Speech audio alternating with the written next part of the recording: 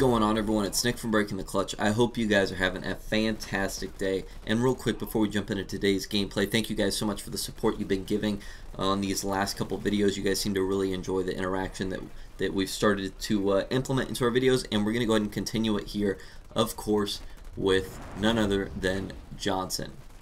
Now, before I jump into the actual gameplay, which I did skip the first 2, 3, 4 minutes, something in that range, because you guys know what I'm doing. I'm trying to tech up quickly with Johnson. I'm going to put out Marines in the early game as a distraction to kind of prevent the enemies from making that push into my base that early. And it's Sentry, so it's like the worst map possible for any game. I absolutely hate this map because no matter what you do, you're going to go ahead and push the game into that 20 to 30 minute range. And as most of you know, or many of you may know, I absolutely hate playing the super late game typically, but I actually kind of enjoyed it in this one. And maybe that's because I was using Johnson, which has some viability that I can see. Now, of course, this was my first time playing as Johnson since the last update, so I'm going off of very minimal knowledge, but it was a 25-minute game, so I think I was able to gain a little bit of insight on why Johnson could potentially be viable in the future. And I think if we're going to go ahead and look at Johnson and say, well, is Johnson viable and will I use him or should I use him? I think now we've got to look at Isabel and say which one's better, Mantises or tanks. Do I go with Isabel's tanks or do I go with Johnson's Mantises? And I haven't come to the conclusion just yet, but I will have some input a little bit later into this where I can show you guys some of the battles that I engaged upon or engaged in, and maybe you guys can leave me your comments down below and let me know what you guys have been experiencing in your own gameplays, because I don't think it's necessarily useful to have both Johnson and Isabel in a combo, so I'm trying to figure out which one can we push out and kind of try to form a meta, because I haven't really spoken to anyone.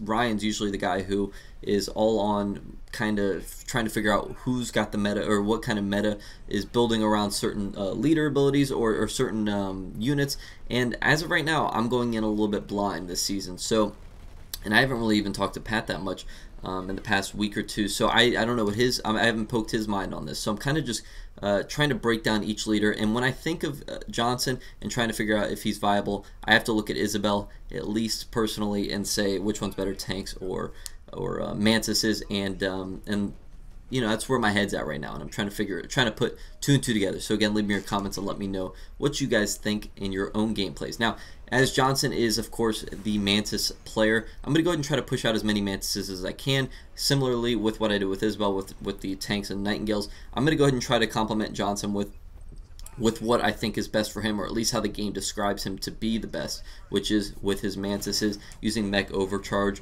and combat salvage, I think is what it is, so you can get your 8 units back quicker that are non-infantry. And you'll notice right away in the early part of the game, things kind of got out of hand. They went heavy in the Marine play, which is fine for us because, of course, we're playing Sentry. We're able to take the hill, and it's very difficult for a team to push up onto these 4 bases, or these 2 bases with the 2 base slots in front.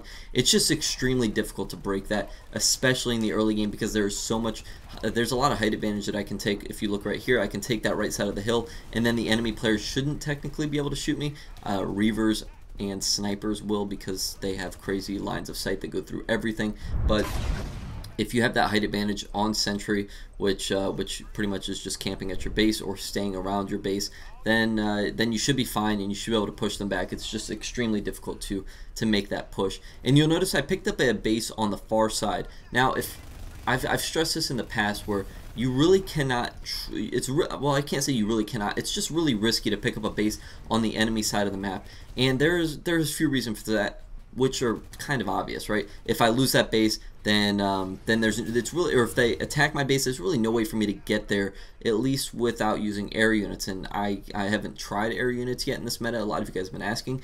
Haven't tried it yet, so I'll hold my comments on that. But for this particular gameplay, I'm running as with Mantises. I could go Pelican Drop and then get my units over there quickly, but then again, what am I going to do to get back? I don't know how quickly Pelican Drop recharges off the top of my head, and what if they just overwhelm me with an army? If I'm playing defense on their side of the map, you can see how quickly that can get out of hand. They've got at least 2, 3 bases, probably maybe even 4, depending on the next couple of minutes here, and and it's really difficult to try to defend that. So what I need to do is pick up that base, and then also pick up a base on my side.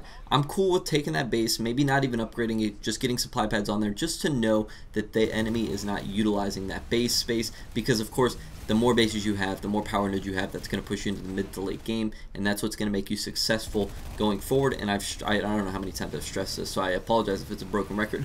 But your goal here is just to get into the mid to late game with a slight advantage, because that's all that you can really ask for, is to have that advantage. And you'll see right here, we're trying to take back a little bit of the map control. They have not spotted my back base, I don't believe, yet, which tells me that they haven't really started scouting their area of the map yet. So again, it gives me a little bit of insight on as to how far advanced they are in their mid to late game push. And again, you'll see right here, I'm pushing right down the center. It is just too difficult to do. I'm being extremely ambitious there.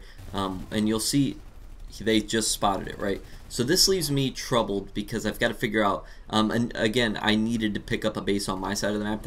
I can't emphasize that enough, that if you're going to pick up a base on the enemy side, pick up a base on your side. That way, once that base drops, which it most likely will, just because again, it's just too difficult to defend on the enemy side of the map, then you've got that secondary base on your side to help push you into that advantage point.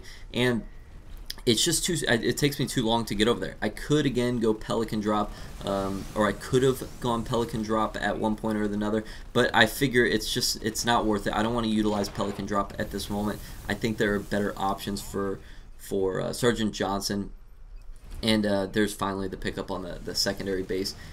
Now, interestingly enough, my teammates are utilizing Anders' Sentinels, and I actually like this play because, as with Locust, Sentinels have great range, and they do a good amount of damage to infantry units, and they're able to snipe them a little bit further than you typically would see with just normal units. Snipers, Locusts, and Sentinels have that bit of range that maybe they shouldn't have, but regardless, it's a great way to pick off infantry, especially as they're running away, because sometimes with infantry they don't turn and shoot. As you saw with Halo Wars 1, if you guys played Halo Wars 1, it was a little easier to micromanage with infantry, because you click X on the units, and then you just walk away, and every so often they'll shoot.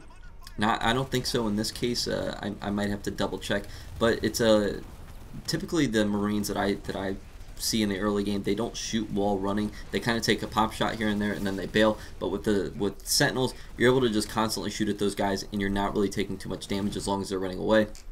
Of course, if they have RPG, it's a different story, because that turns them into anti-air, but you just have to pay attention to those kinds of things. So again, I do like the Sentinel play that Anders has going on, and let me know, are Sentinels becoming viable again? This is the first time I've seen them since, I believe it's the first time I've seen them since starting up this kind of comment series that we've got going on here. And the most important part of this map, if I can touch on that real quick, because a lot of people struggle with Sentry, and I'm one of them. Typically, I hate playing Sentry. The games just, again, they turn out to be way too long, and they kind of drag out. But if you're going to break a strategy, or if you're going to break a stronghold that the enemy has, you've got to take over that hill in the top right corner.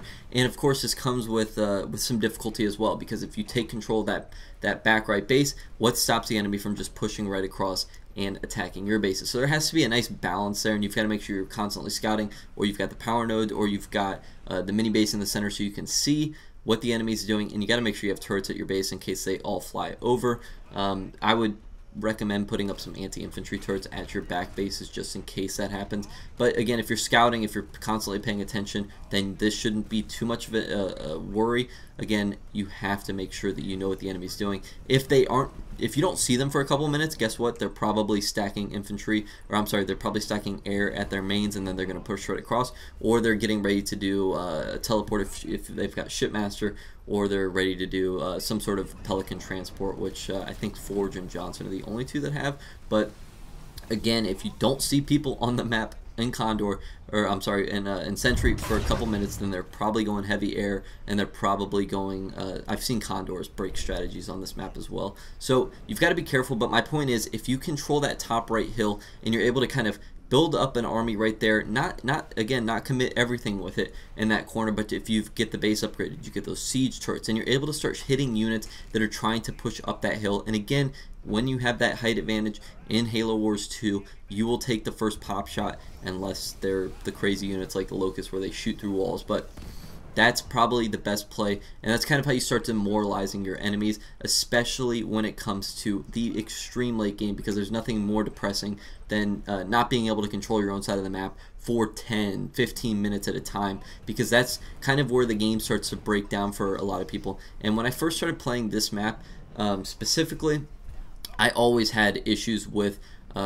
trying to stay mentally engaged with the game, because if the opponent took that top right, it was just so difficult, and by the time you push up to that top right base, the enemy can just cut right across, and then they can start attacking you again at your mains if they've stacked air. So for instance, and this would be an extreme case, but say you're holding that top right, and any unit that I lose, say I'm producing an air unit back at my base. So finally, after 2-3 minutes of them trying to push up and take their own side of the map, I've now built up an air army, and then I go and attack their main with it and do a significant amount of damage. They turn around and try to attack that, and guess what? I've already started switching units again, and you just poke and prod them, and then it's really demoralizing. So if you're going to try to break an enemy strategy, I recommend doing it that way. Make sure that you're taking control of that top right, because again, I think that's the most viable. Let me know, have you guys ever had success like just barreling right down the middle? If you have, I would assume it was because the enemy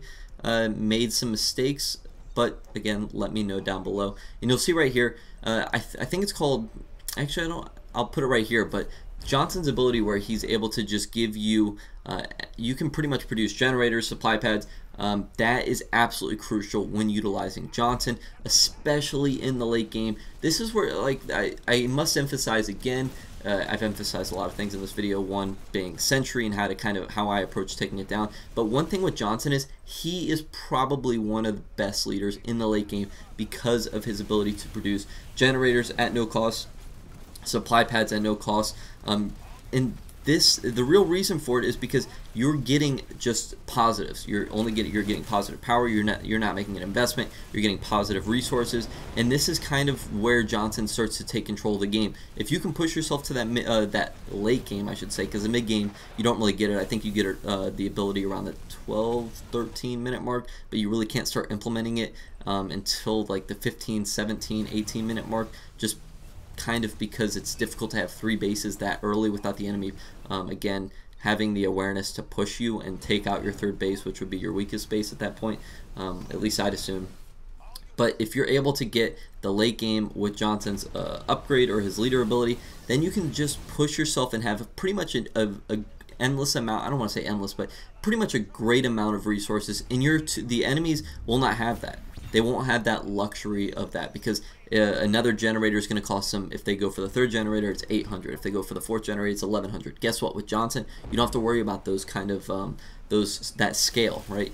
You're getting it for free. Same thing with supply pads, even though supply pads don't scale like that. But you get the point I'm trying to make. That's what I'm doing right here with this 3rd base. I'm trying to get it up and running. It's the most important base for me personally in this game, because it's going to give me the resources to continuously build units and constantly get upgrades, which my opponents might not have the luxury of doing, especially considering none of them are Johnson, and we're constantly poking that 3rd base in that top right corner. So we already understand that if we can get this base up on our side, if we can get these these mini expos right here, just for the sake of getting them, then and holding as many power nodes as we can for vision, then we kind of have this game shifting in our favor. And I think as well, by pushing that top right base, that kind of just seals the deal if we can hold it, and eventually it'll just demoralize the enemies.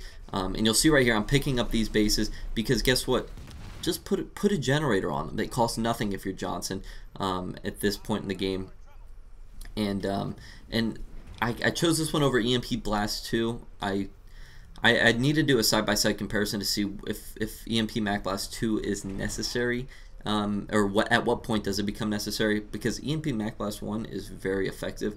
I thoroughly enjoy utilizing that leader ability, but regardless, I still think the top pick, again, I can't see it right here, but the best one is that, and then Combat Salvage as well is just fantastic, especially with Mech Overcharge. I can't say enough good things about Johnson's late game, because he's just stacked when it comes to leader abilities. And I don't mean stacked as in overpowered, or at least I don't think so. But real quick, back onto the gameplay. You'll see that the reds cut right down the center. I have warned, blue. I've shouted it out in the as you can see the clicker right there. I'm trying to warn him that red's got units down the middle. We need to converge this, and you'll see I do a poor job right here. I'm taking my time doing this because I assumed that red was moving out the other way, and then I run into his army, which means I've got to make some choices here. And you'll see combat salvage right there comes into effect. I'm able to get 8 units back without purchasing them. Again, Johnson has the abilities to not have to invest too much into the units or into resources, so it just goes to prove a point that I think Johnson is just very, very good in the late game. Perhaps maybe the best in the late game, especially economically and powerfully. I don't know what the word would be for that, but you get the point, right? He's just got a fantastic amount of leader abilities, and I can't say enough good things about him. And we're chasing red. Blue finally showed up, and I get that EMP Mac Blast, and it does a significant amount of damage. And we're able to again to just it's just about demoralizing your enemy on this particular map. You take out their units, you keep control.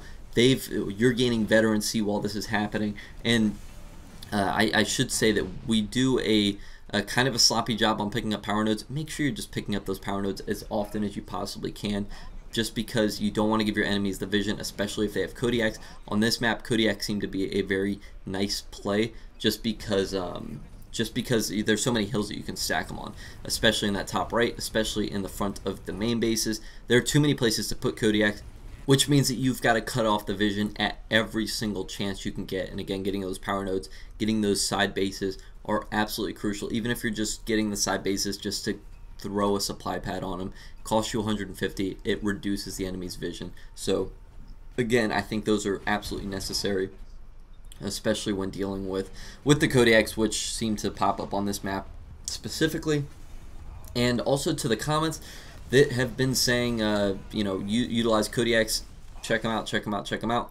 Trust me, that's coming up in a video very soon, as also with a Consano gameplay coming very soon as well. So again, keep leaving your comments, keep letting me know what you guys want to see. I apologize that this video is really long. I thought it had a lot of good features in it though, so so that's kind of why I didn't really cut around it except that beginning. But to jump right back into the gameplay, let's see, we're getting all our upgrades right now. We've got this top right control going on. My teammate pushed a little too quickly for myself. Again, these mechs are very slow, and one thing that I wanted to stress was that if you're gonna make the push, be careful. Air moves faster than ground. Of course, if he pushes in without me being there, then I can't necessarily help him. I didn't agree with the push anyways. I think it's a little too aggressive. I think that we need to get this top base, and you'll see I clicked on the map several times. I think that the best play would have been to try to hold this top with the amount of units that we had. It kind of would have force the enemy to eventually engage us, because say again, the weakest part of our strat right here, or my strategy, would be them cutting down the middle. But if they do that, we've got more bases. We can simply bulldoze right down towards our other bases, and then we would eventually, hopefully at this point, we would have turrets on our bases and we would be slowing them down. We have leader abilities, EMP Mac Blast, and I think Anders has the one where the Sentinels shoot down. So hopefully at this point we've got enough defenses to force them not to engage our bases, but to engage this top right. And you'll see I'm gonna make I'm getting ready to make a push right here, and I can't let this enemy pick up this base, because I know this is the only slight advantage we have. And in the army composition that I've built at this point, I think can kind of withstand a little bit of the enemy forces right here. You can see I'm trying to get this EMP Mac Blast out. I upgraded it twice, and then I'm going to shoot it blindly. I actually don't know how much damage it did, because you'll see that there are units still in the fog of war, and then I end up having to bail. I'm trying to produce units as quickly as possible, and I kind of like the I should talk about the army composition that I'm trying to run here, which is I'm trying to get the mechs. I'm trying to get 1 Colossus, maybe 2. I don't really want to invest any more than that really, because I just think they're not great, but I do like the damage output that they have. But again, I don't want to invest too many because they take up a lot of cap space. I like the idea of having 6 or 7, maybe 8 mantises, normal mantises, with my army. Wolverines are necessary. Some choppers, some snipers are necessary, not choppers obviously, and also mix in some Cyclops and mix in some Hornets. I think you've really got to have a diversified army if you're going to go ahead and utilize Johnson, because I don't think Mantises do very well on their own. Of course, they have a little bit of a shield as well, but I just don't think they stack up necessarily too good enough or too well enough in order to just utilize them. You've got to diversify. Make sure you are countering your enemies and constantly getting a look at what the enemies are doing, and utilize mech overcharge, utilize combat salvage. These are all things that you must do in order to kind of give Johnson the edge. And it's crucial, specifically with Johnson, not to be complacent, not to just continuously pump out the same units. You must absolutely adjust to what your opponents are doing. And I don't necessarily think that goes with every leader, but Johnson specifically, you must, just because Mantises are kind of, I wouldn't consider them the greatest unit to fall back on. And again, you'll see I'm pushing this back right. I've got to make sure this base gets dropped, and it was perfect timing because my teammate pushed right down the center. He tried to pull a distraction, tried to take out a little bit of supplies as he possibly could, or he tried to take out a supply pad here and there for the opponent's base, which again, it's the demoralizing factor that kind of gives you the edge when it comes to this gameplay, or when it comes to this map, I should say. And as soon as my teammate lost his units, he had to have had the upgrades from Field Armory that allowed him to produce units quicker. He's got enough bases, he's got enough supplies, so he was able to produce a lot of units back at his base. So as soon as he lost the engagement on the enemy side, they pushed right down the middle, trying to get that, which is why I was able to take that top right, and which is why he was able to hold off the attack on his side of the map. And here is the play. It's finally coming to fruition, everything that we've been trying to get. You'll see there's still an empty supply pad or a base slot right there, and that's because my teammate took that out. So you can see that the opponent was still way too distracted on what was happening on the other side of the map, and this is kind of where things start falling apart. You get that combat salvage, make sure you're constantly producing units, get that mech overcharge when you see fit, and then you can finally start taking out the enemy's fourth base, and then you take out that third, and then finally when they're stuck to those two bases, make sure you don't necessarily need to push right up that hill and kind of barrel through. Make sure you just take your time. Once you take out that base, take your time, pick up the base, hold, rebuild your armies, make sure you've got enough, make sure you've got the leader abilities, and then push up to that third. Do the same thing, kind of rinse and repeat here, especially on this I think atrocious map. But that's pretty much it. I hope you guys enjoyed. Real quick as a recap, I think Johnson's extremely viable.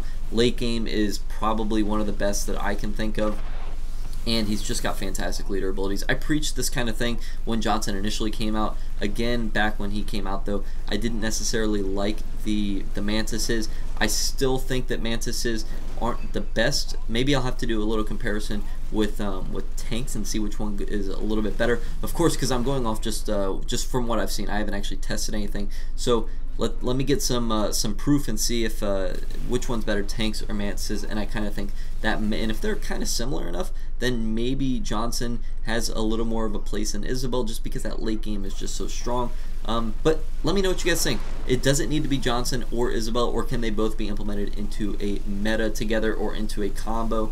I'll hold my thoughts from now on, and I will, or from this point on in this video, and I'll let you guys talk about it. I'll jump in, and then I'll give a better assessment hopefully next week when I've got a little more gameplays under my belt with Johnson and Isabel, because I gotta say both have been fantastic to use and very fun to use, which I haven't really had too much of with Johnson and Isabel in the past. So again, I like where this game has headed with the last massive update, and I gotta say I am extremely excited to see where this game goes with Awakening the Nightmare coming out in just a little bit longer. I think maybe a week or two.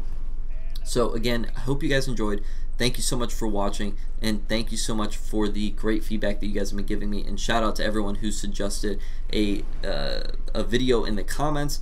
Make sure you keep doing that. I'm going to keep checking them, and hopefully by the time Awakening the Nightmare comes out, you guys will have your fill on every type of leader that you wanted to see, and then we can kind of reassess everything once the new 2 leaders come out, as well as the rest of Awakening the Nightmare. Thank you guys again. Have a fantastic day. And if you made it to this part of the video, send me a message.